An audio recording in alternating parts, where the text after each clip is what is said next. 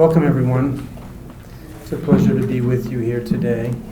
Let me start by saying that I'm very impressed by Kenya's economic accomplishments in recent years. Despite the very strong global headwinds, real GDP growth here averaged about 5.5% per year, averages about that, and inflation's been broadly within target range in the last 3 years. There have been significant improvements in infrastructure, particularly electricity generation and in the road network. Kenya's also made remarkable progress in improving the access of the population to financial services, including through mobile banking. Kenya's become an important destination for capital inflows, both from advanced and from emerging markets, and many structural reforms have advanced, including in the areas of devolution, public financial management, and business regulations.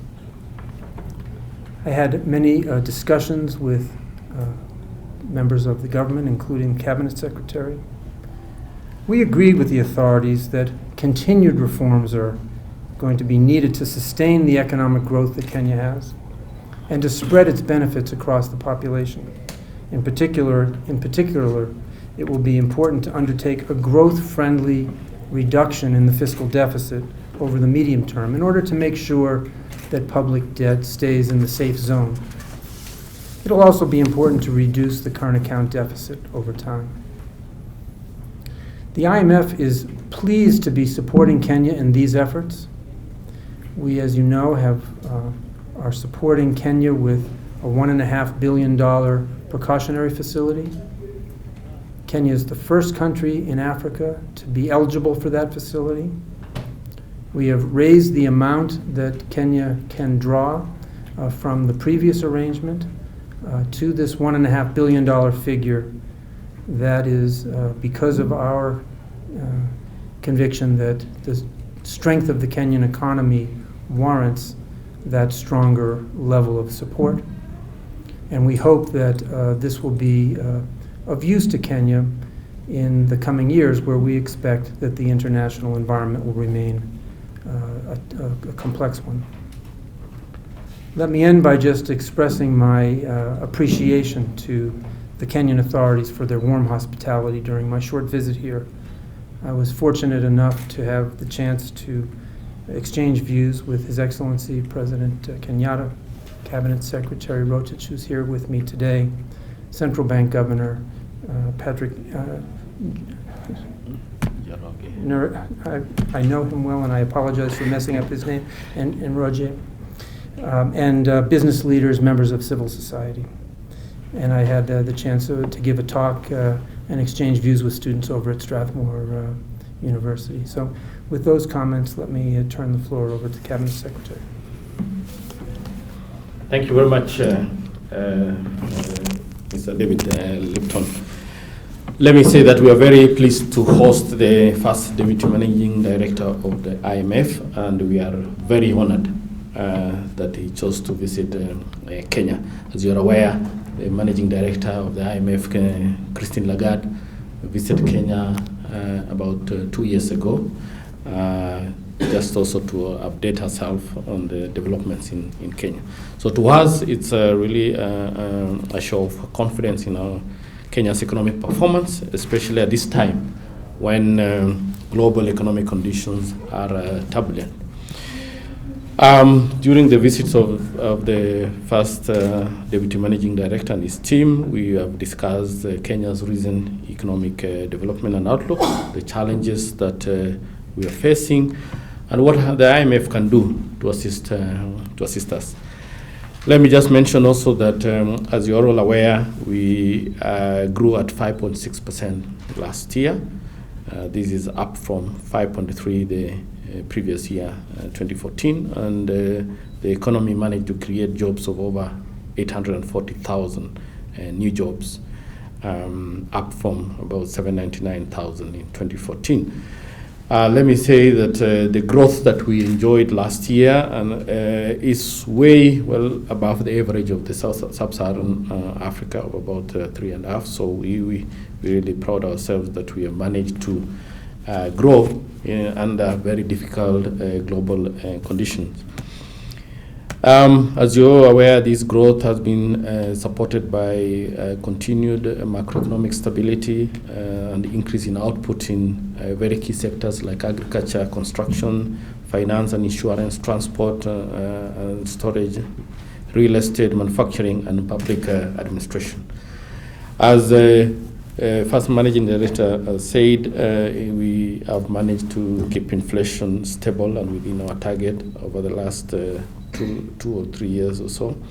And the exchange rate has largely been stable. Foreign exchange reserves now remain very comfortable, adding to about 5 months of import cover. Going forward, we expect to strengthen our growth. This year we are looking at around 6%. In the medium term, we expect this growth to continue to go up as we continue to implement reforms and also as we enjoy the favorable weather conditions and also the investments that we are doing. Just to mention about the support of the IMF, I just want to say now we are in a 2-year program that was approved about 2 months ago. The First Managing Director have already said the access level that we are going to have during this period. Again, we proud ourselves that we are the first country to utilize this facility. It's usually available to emerging economies, and we want to say that the facility has really served us very well, and we just need this facility for our precautionary purposes, and we only access when there is a need to do that if we face a real shock in our economy. So that is the purpose of having this facility. So I would say that this recent support by the IMF, which is more than double the previous facilities, a strong show of our confidence in our macroeconomic management and our capacity to pay our loan obligation. And I think this is also important as we continue to engage investors in the international, especially international investors, as they prepare to invest more in our economy. So let me take this opportunity again to thank the IMF for the continued support and the confidence that they have had on us and the partnership that we have enjoyed over the years. We have also held discussions on the recent development in our banking sector and the challenges that we have faced following the closure of the 3 banks. While, of course, these cases were in many respects isolated, the central bank has taken bold and strong measures to address the challenges, and will continue to engage with the IMF to provide us advice on best way on how to handle this. So I will say that overall the visit has been very successful and has helped to strengthen our relationship with the IMF. Thank you very much. My name is Martin Mucha from the Star newspaper. My question is, Kenya is seen as, the debt by Kenya is seen to be rising with an expected budget for 2016-2017 of 2.26 trillion, up from 2.1. And experts have previously said we are borrowing too much. I don't know if that's true. I'm not one. But does this pose a challenge to the country's economy? Thank you. Our judgment is that Kenya's debt is a public debt, is at a moderate level and remains in a safe zone. At the same time, the budget deficit does need to be brought down in order for debt to remain low and not to rise too much. The government has an objective of lowering the budget deficit by 3 percentage points during the 2 years of this IMF-supported program. We think that's a wise course of action. Kenya needs to maintain debt in the safe zone.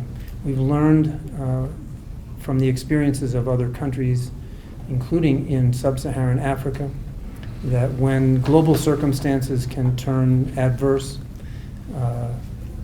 if a country doesn't at that point have an opportunity to borrow and to maintain market access and borrow, it can narrow options and room for maneuver.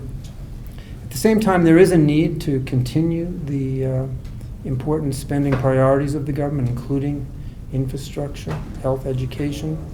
Those are going to be providing strength to the economy and sustaining the rapid growth in Kenya.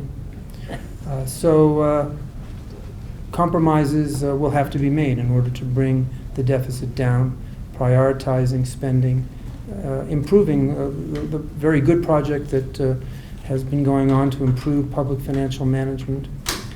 We think that while there is a balance to be struck, it can be done successfully. The growth priorities of the country can be respected, and the debt can be kept in the safe zone. Thank you very much. My name is Abi Agina from KTN. Two questions. Regarding foreign capital that Kenya has been ambitiously seeking to finance its infrastructure development, we've had a lot of politicking around the Eurobond.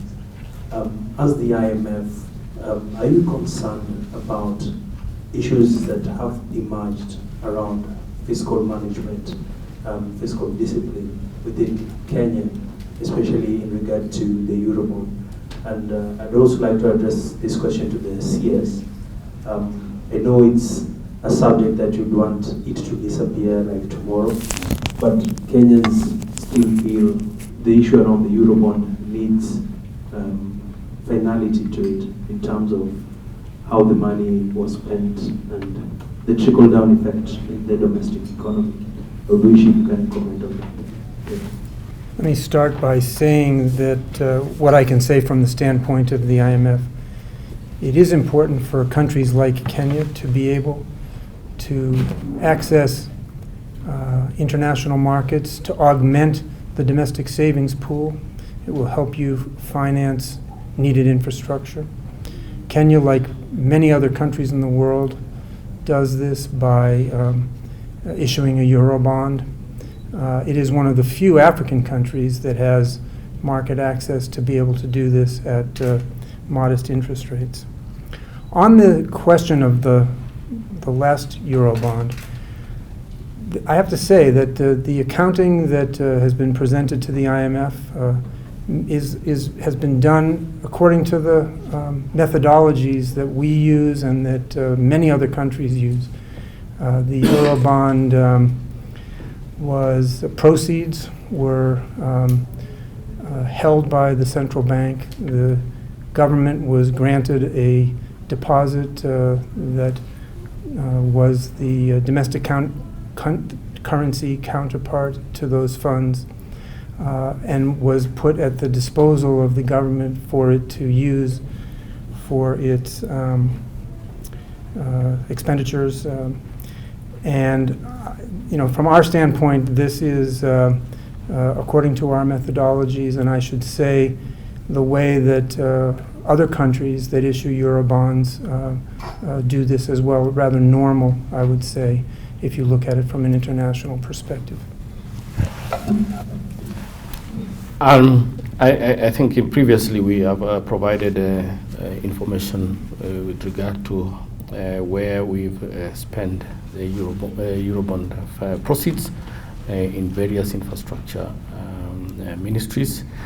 And basically we have all the projects that every ministry received on spending of Eurobonds. So we have in many instances provided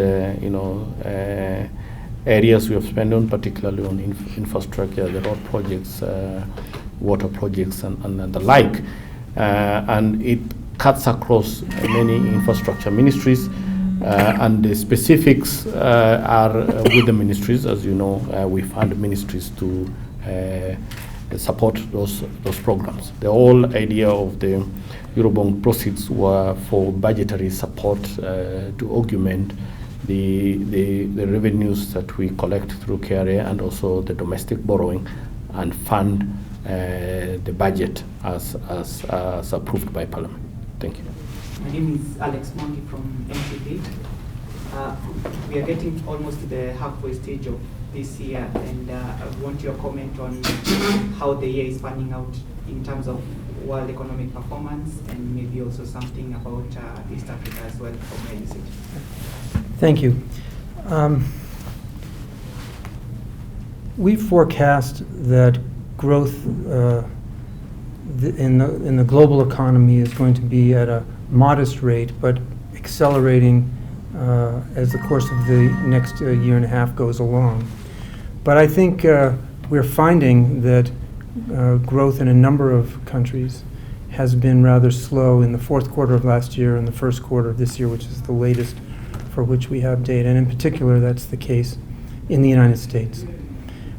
We are looking at the question of whether that's a temporary, let's call it rough patch. We think so far that it is. So we're not ready to change our forecasts. But while the growth projection that we made in April is for a modest recovery, it's a recovery against a backdrop of many risks. Risks in the capital markets, that capital market sentiment has been very changeable in the last few months. Sometimes a lot of risk aversion, sometimes less so. And a number of geopolitical and political risks as well. So I think it means that there's a very uncertain environment for countries in this region, the sub-Saharan African region, and East Africa as well. When we look at sub-Saharan Africa, the prospects really differ hugely from countries on the one hand that are losing a lot of export revenue and tax revenue because of the decline in oil and commodity prices, or losing export revenues because of the slowdown in China. And on the other hand, countries that import oil and gain from the lower prices. And we're seeing very different growth outcomes and budgetary outcomes depending on which of those categories a country is in. I think, interestingly, this region, Kenya and countries in this region, tend to be in the second category, more experiencing continued rapid growth. And the challenge, as a result, the challenge is to solidify that growth and make sure that countries are not vulnerable to whatever possible event might be around the corner in the global economy. That's the reason for our counsel to the government to be making sure that budgets are under control and that the banking system remains in a stable situation. My name is Jeffrey Rongo from the Business Daily. Two questions. You have talked about discussing reforms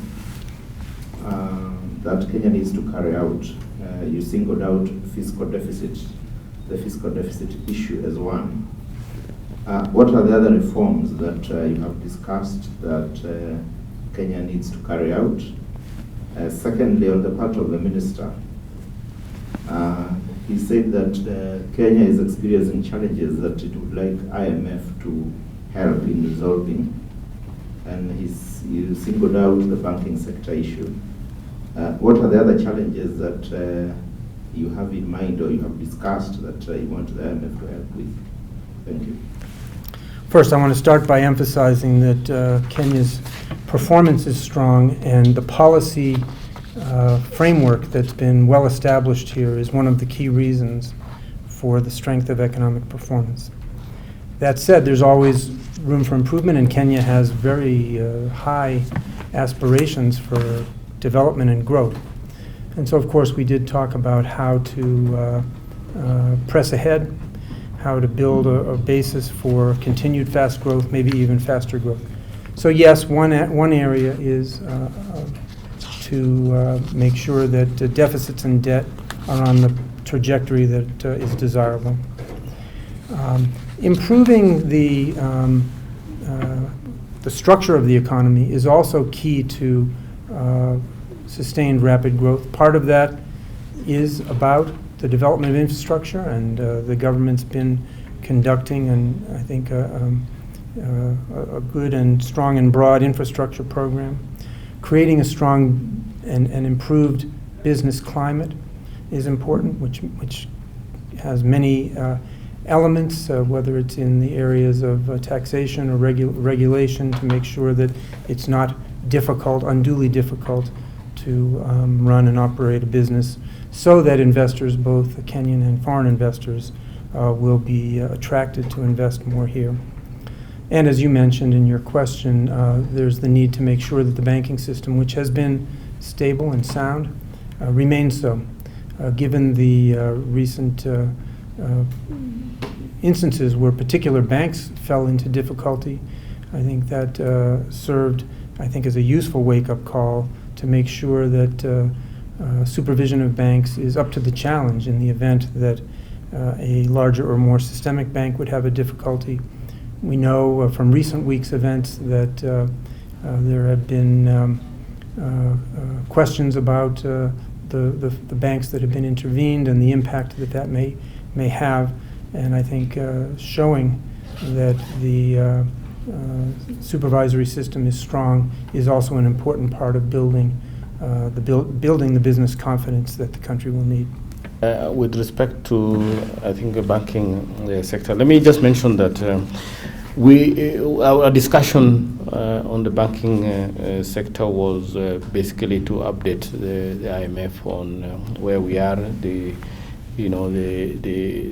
issues of what has happened in the three banks and how we are resolving them, and obviously we can benefit from what other countries has undergone in this area of resolving banking sector challenges. So IMF, being members of the IMF, will obviously benefit from any